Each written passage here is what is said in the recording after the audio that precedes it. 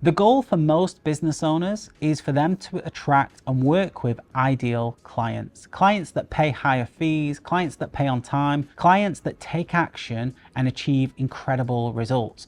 That's the goal. You might not know as a business owner that there are actually another 3 steps that you need to go to before you get to that 4th stage, which is that perfect fit client situation where you're only attracting those dream clients. So let's walk through the first 3 stages so that you know how you can fast track your success so that you can get to that perfect client status as quickly as possible. So if you've just started your business, the first step that you're probably at right now, and the first stage, is what we call desperation. So this means that you are not attracting leads consistently. It means that the leads that you are attracting are probably very low quality, which means they're not qualified, they might not be able to afford your services, and they're so inconsistent that you don't know when your next lead is coming from. This can leave you feeling a little bit desperate. I've been there myself. It's not a fun place to be. This is the situation that most people are at when they start their business. And the way that you can get out of feeling desperate into the next stage is actually by having a few more conversations. And this is why people go to networking events, go to local meetups. They start having more conversations with people that potentially could be a good client to work with. And then that takes us into stage number 2. So stage number 2 is after you've started having some conversations with some prospects, started having a few meetings and talking to them about how you can help them, then you might have some qualified leads. You might actually have some conversations with a few people where you think this person could be a great client. The problem is that the consistency and the number of leads coming in is completely reliant on you going out and finding them. Now, this can leave you feeling pressured, which is stage number 2.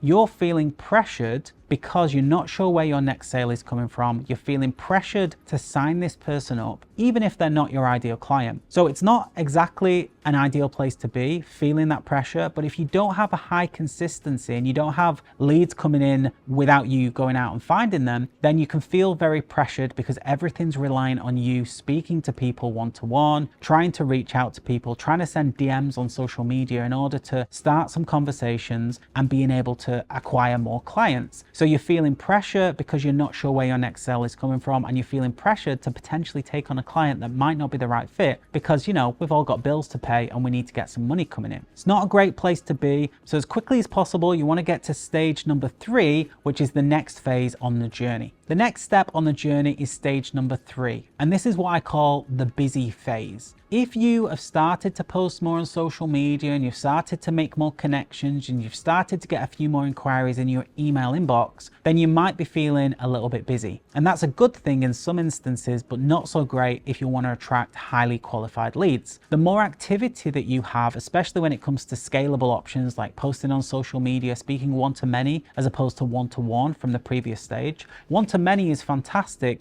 but you might find that you're attracting lots of opportunities, but a lot of them might not be qualified to work with you. And this is what happens when you start to put out more content online, you start to have more conversations, you start to get involved in larger networks. You need to go through this stage, but it can sometimes feel a little bit overwhelming. We've been there before where we're just constantly replying to emails, trying to meet people face to face, trying to set up meetings, trying to just squeeze everything in to a normal weekly schedule. Sometimes it's impossible, which is why you might end up working weekends. You might end up spending a lot of time not being able to identify the good opportunities from the bad because there's just so much going on. Now, at this point, you need to establish who your ideal client is. In order for you to move into stage 4, which is that dream client scenario, you need to have enough consistency coming in, but you also need to ensure that they are qualified. And in order to do this, you need to put a little bit of structure in place before you're speaking to potential clients. So you're probably thinking, well, it's worked up until this point. I've got more money coming in, I've got more revenue, I've got more conversations happening, but now's the time to step back. Now's the time for you to put certain infrastructure in place where you're not speaking to everybody. This is super important if you want to scale your business. You can't keep moving at the pace that you're moving at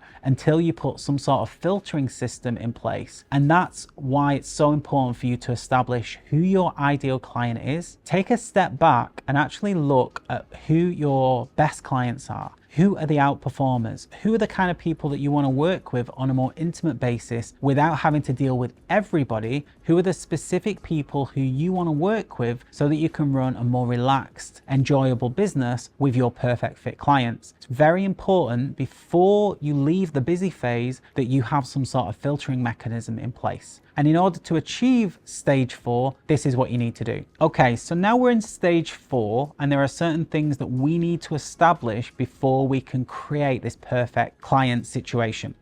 And thankfully, you've got an awful lot of data on those first 3 stages. You find out what works, what doesn't work, what clients respond to, what it is that you love to do that maybe you haven't been doing throughout the first 3 stages. It tends to be that you've had so many different conversations and scenarios where you can establish who your ideal clients are, and this is where you can actually look back and think to yourself, I don't want to do that anymore, I want to do this. This is how I can best serve people. It may have not been what I've done in the past, but it's what I'm going to do in the future. So stage number 4 is made up of highly qualified leads coming in on a consistent basis, okay? So this is the scenario that we all dream of. You've got enough leads coming in on a consistent basis and they're all qualified. Now there's a particular frame that I need you to understand, and it's different from all of the previous 3 stages of business. And the frame is this. When I speak to clients on calls about working with us, we actually say this thing. We say, I'm not sure if I'm able to work with you. I'm not sure if I'm going to be able to support you.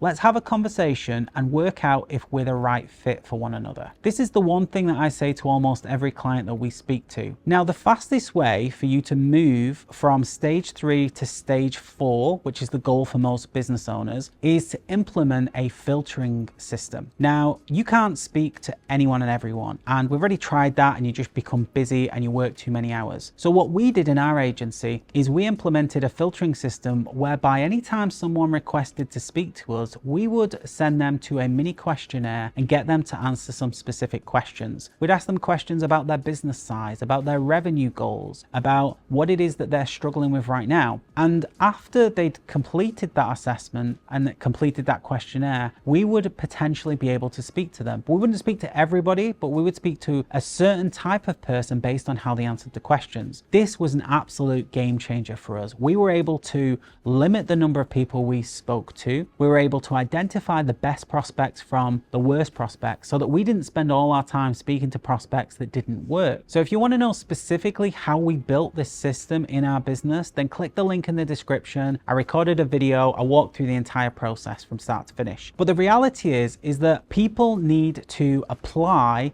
to have a conversation with you. And once you do that, you elevate your authority and you communicate that you do not need them as a client as much as they potentially might need you. And it's a very good mindset shift for you to take if you want to appeal to your perfect fit clients. And when I get on calls with these clients, when they eventually get through and they want to speak to us about hiring our agency, we say the same thing, which is, listen, I've had a look at your questionnaire. I know a little bit more about your business. I'm going to ask you some more questions. I'm just putting this out there. We don't work with everybody, and it's important that we find the right fit so that we can be sure that we can help you and we're the right agency for you. So even if I can't work with you, even if we can't take you on as a client, I'm sure I can provide some resources and point you in the right direction, but I just don't want you to be disappointed. In that moment, you're also positioning yourself as what we call with or without you energy. This is a mindset shift that you can adopt in your business that appeals and attracts clients. It's one of the things that we say, yes, because we don't work with everybody, and yes, we're happy to turn people away, but it also makes you more attractive to that prospect when you position yourself as exclusive. So very important for you to really, really bring this home and for you to establish yourself as a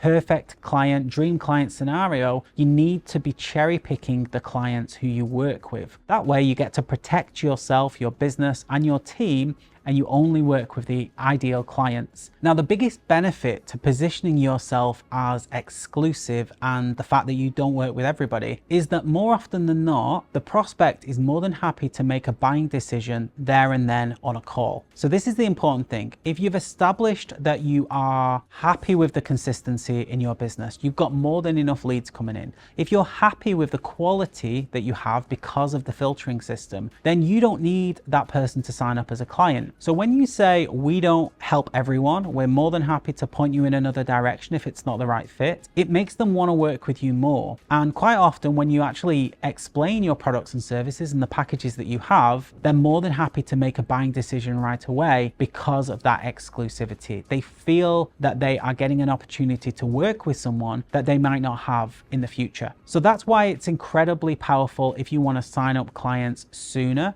If you don't want long drawn out sales processes, if you have the ability to turn clients away and be picky about who you work with, then that's when you've truly created a dream business that appeals to your ideal clients. They want to work with you. They want to show you that they're worthy of your time, attention, and they're more than happy to pay higher prices. They're more than happy to pay on time, and they're more than happy to stick within your processes and do what you tell them to. So those are the 4 stages of running a successful business. So if you can get to that 4th stage of running a business and having great conversations with clients where they really, really want to work with you, then you'll be in a much happier, healthier place with your business. If you're confident enough, let me know how you're feeling right now with your business, what kind of stage you think you're at. And if you've got any questions, let me know and I'll cover them in an upcoming video. If you found this useful, click like, click subscribe, and I'll notify you the next time I release a video.